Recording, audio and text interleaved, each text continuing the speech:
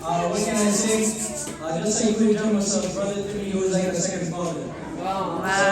His house was always there on Fridays, not Fridays, Sundays, and I could always come by there and just eat. And he treated me like his second child. And I pray that when you get to Canada, you stay safe. You say hi to Kuya John for me, and you get a job as soon as you can. So you can visit us. Good things from me. Good things from him. He's very friendly.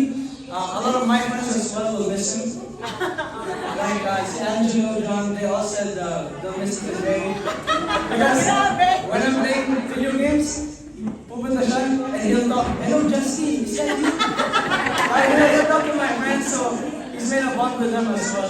So I think you'll feel well in Canada because I know you're a charming man and you'll be able to mingle with that person.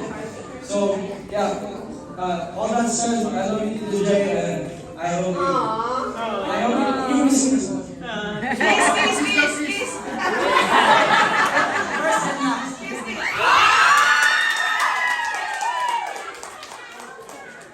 Jerry. JR.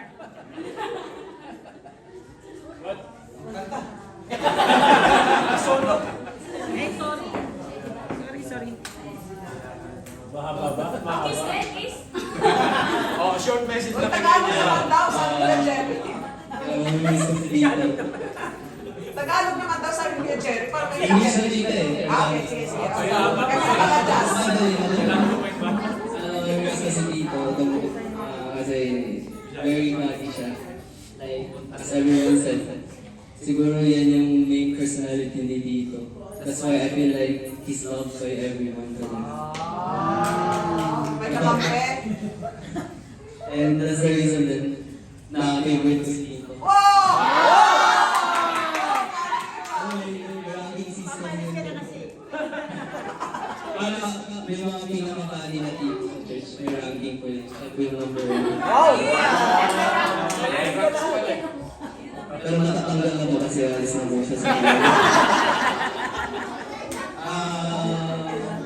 wish ko lang po kay Dito is that stay safe po siya sa Canada. May his joyfulness and his family designer, charming personality is may reflect na with other people too so that they can see what we see in him, in Tito right now. And yung mamimiss ko pa most is that every time makikita ko si Tito, hindi siya magkukumusta sa akin. May unang tanong siya sa akin. Kasi tanong niya, JR, do you have a girlfriend? Ano lang tinatanong niya sa akin every time nakikita niya ako.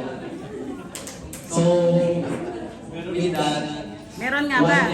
Wala.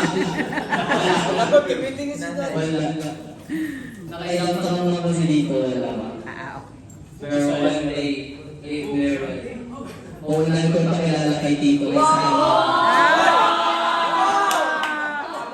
kasi si Dito lang yung nakatanong. Eh, nasa Canada na eh. Video call. Pero overall, may miss ko si Dito talaga. Kiss. Kiss.